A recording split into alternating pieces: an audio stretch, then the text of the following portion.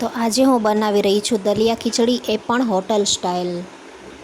તમે ટિફિન કે લંચ બોક્સમાં જો બાળકોને આ ખીચડી આપતા હશો તો જરૂરથી તમે આ ટ્રાય કરજો. એકદમ છૂટી અને લચકાદાર. તો કડાઈમાં આપણે તેલ લઈ લીધું છે, એમાં થોડું જીરું અને હિંગ નાખી દઈએ. તમે ઘી પણ લઈ શકો છો. ડુંગળી, મરચાં અને ટમેટાં નાખી દીધા છે. 5 મિનિટ પહેલાં આપણે આ દલિયાને પલાળી રાખવાના છે, જેથી કરીને સરસ રીતે બફાઈ જાય. મસાલાને સારી રીતે સાતળી લેવાના છે. આ રેસીપી એકદમ જલ્દી અને ઝટપટ બનીને તૈયાર થાય છે. હવે ઘરના જે મસાલા છે, હળદર, મરચું અને ધાણા જીરું અને ગરમ મસાલો, મીઠું એ પણ નાખી દેવાનું છે. અને ઉપરથી આપણે દલિયા નાખી દેવાના છે અને સારી રીતે એને મિક્સ કરી લેવાનું છે.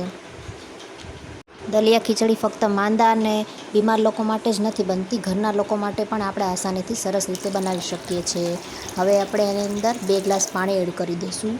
મેં 1 કપ દલિયા લીધેલા હતા. અને જે લોકો વેટ લોસ કરવા માંગતા હોય, જે લોકો સાદું અને સિમ્પલ અને હળવું ખાવા માંગતા હોય, અને જે લોકો નાસ્તામાં પણ આ બનાવીને ખાવા માંગતા હોય, એ આસાનીથી આ રેસીપી બનીને તૈયાર થાય છે.